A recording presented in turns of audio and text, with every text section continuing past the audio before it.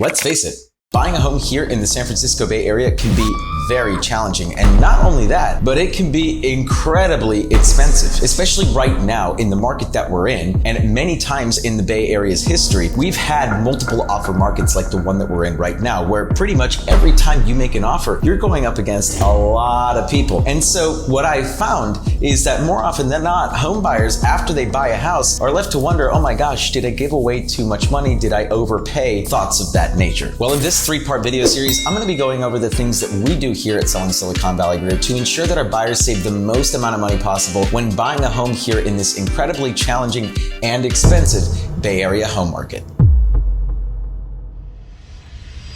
For those of you who are new to the channel, my name is Danny Gould. I'm the CEO of the Selling Silicon Valley Group. Over the last 8 years after graduating from Stanford University, I've helped well over 200 families and sold well over $200 million worth of residential real estate here in the San Francisco Bay Area. You can check us out on Google. We have over 250 5-star reviews.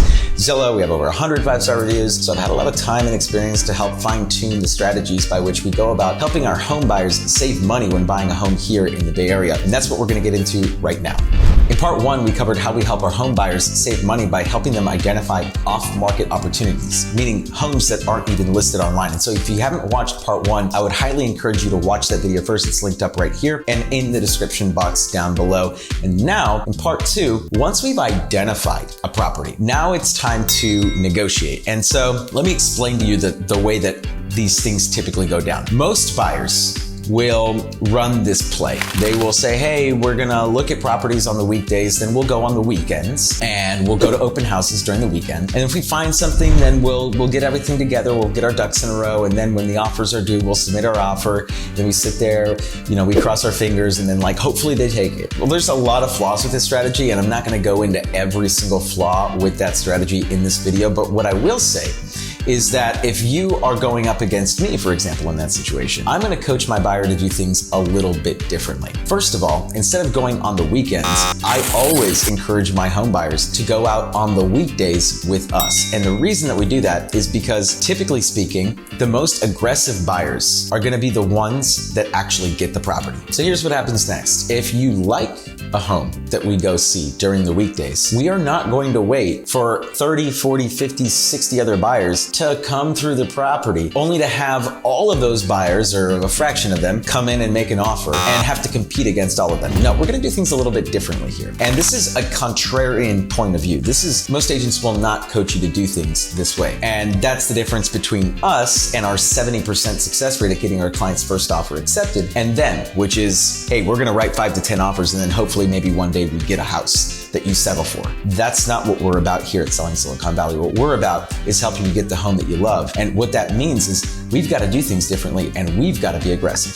So if you like a house, we will encourage you to write the offer that day. So if we go see a home on a Thursday, it's the first weekend that the home is listed. We've got open houses scheduled for Saturday and Sunday. I would encourage you to write the offer that Thursday. One of the reasons why buyers think that this isn't a good idea is because they believe that the listing agent is then going to take that offer and shop it around to all of the buyers that come in. And while this could be the case, we're going to do things in a way by which that is not a possibility. Let me explain. We see the home on Wednesday or Thursday. By Thursday evening, we've submitted the offer. We give the seller a 24-hour deadline to respond to our offer, meaning by Friday evening, they have to say yes or no. If they say no, we will not allow them to sit on that offer and shop it around when all the buyers come in. We rescind the offer and say, hey, listen, thank you so much. It's no problem. We are going to officially rescind our offer, and we're going to go out and look at other properties that my buyer has identified this weekend, and we'll let you know next week if we decide to write, but right now, I don't think that that's going to happen. By rescinding the offer, we've eliminated the possibility of the listing agent shopping the offer around to other buyers that come through the open house that weekend, because that is no longer a legitimate bona fide offer. Now, if the weekend passes, we don't see anything else that we like, and we still want to write an offer on that property, great. Then we're in the same exact position that we would have been in if we hadn't written the offer to begin with. Now, the best case scenario is that we lock down the home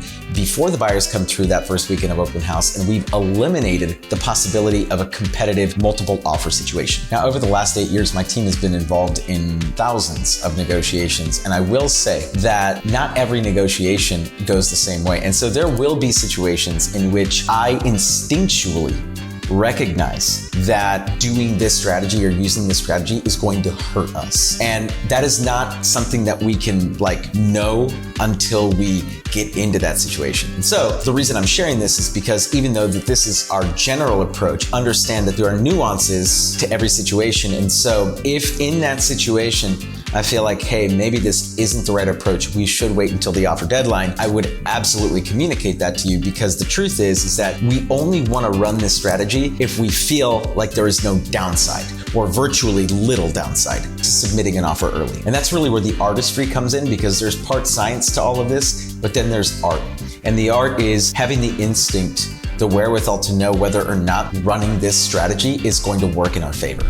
And there you have it. By being a little bit more proactive than the average agent, by being a little bit more proactive than the average buyer, you can potentially save yourself tens if not hundreds of thousands of dollars by avoiding a multiple offer situation. Now, if you'd like to learn more about how we here at Selling Silicon Valley can help you along with your home buying journey, you can text or call us at the number down below. That's it for part 2, everyone. Make sure to tune in next week for the third and final part of this series. This is Danny Gould, everyone. I'm Selling Silicon Valley, and I will catch all of you in the next video.